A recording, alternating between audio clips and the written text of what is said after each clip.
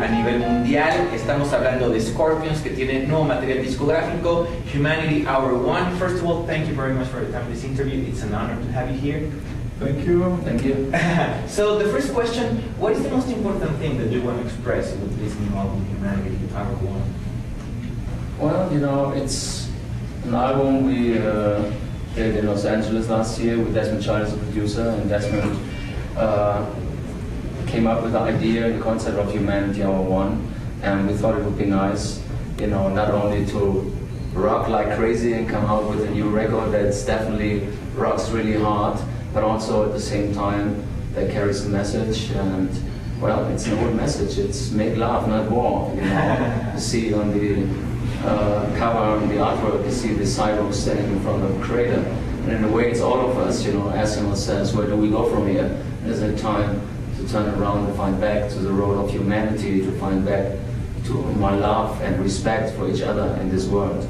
And so those songs are loosely connected with the theme of humanity, and there are songs like Our One or The Cross, you know, that portray more the darker side and or show the darker side, and songs of hope like Love Will Keep Us Alive or The Future Never Dies. Cool. And now talking about the creative process of doing music, how much has changed this process in Scorpions if you compare it with the way you did music like in the 70s to what you're doing right now? I mean, of course, the technology, it's a very important part. Now we're working with Pro Tools, with hard disk recording, and you can work much more different than in the past. You know, in the past you had to record the whole band together and on 24 tracks, you know, the roll has to roll, a roll. This time you can go in whenever you want to do, you can make things, you can even design a sound. In this case, that's also the basic situation. Scorpions is not a band of yesterday, we want to be a band of today, with the history of yesterday, no question about this. But to build a bridge between, let's say, the older kind of Scorpion style and the style of today is very important. We want to continue to learn to use music as a tool to give messages, to give love, to give everything, you know, and I think, and energy, and I think that's an important point, and you only can give this message when you talk in the language of today and not of yesterday. Then when people are asking, are we going to make an album of 82 Blackout or stuff, we have done that. That means we have to continue our way of doing things. In this case, technology, of course, is helping to create a different sound, tuning-wise, and there's so many things to do.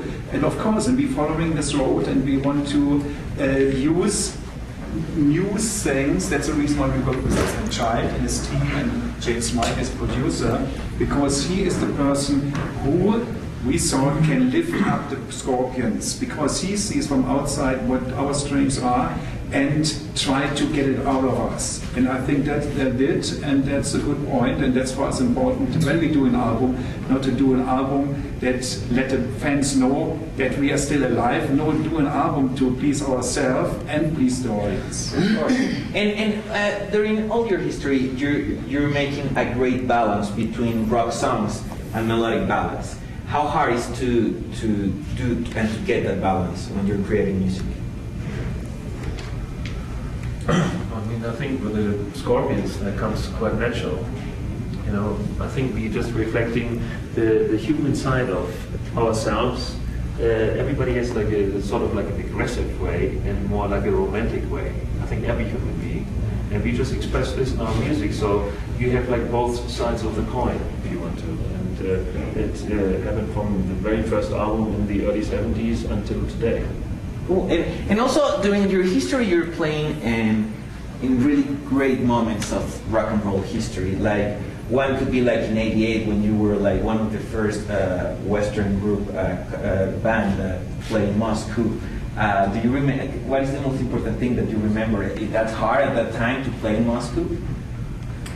Yeah, it was very hard to play for every Western band. You know, it was impossible. It was so hard that even they didn't allow us to play in Moscow, because there was planned Moscow 5 shows and Leningrad, St. Petersburg 5 shows. Yeah. And they said no, Moscow 10 shows in St. Petersburg.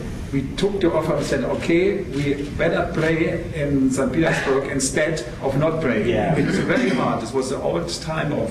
Yeah, it was in the days where the KGB was still around. It was the days of the communist Soviet Union, and rock and roll was not really like welcomed by the officials, by the fans.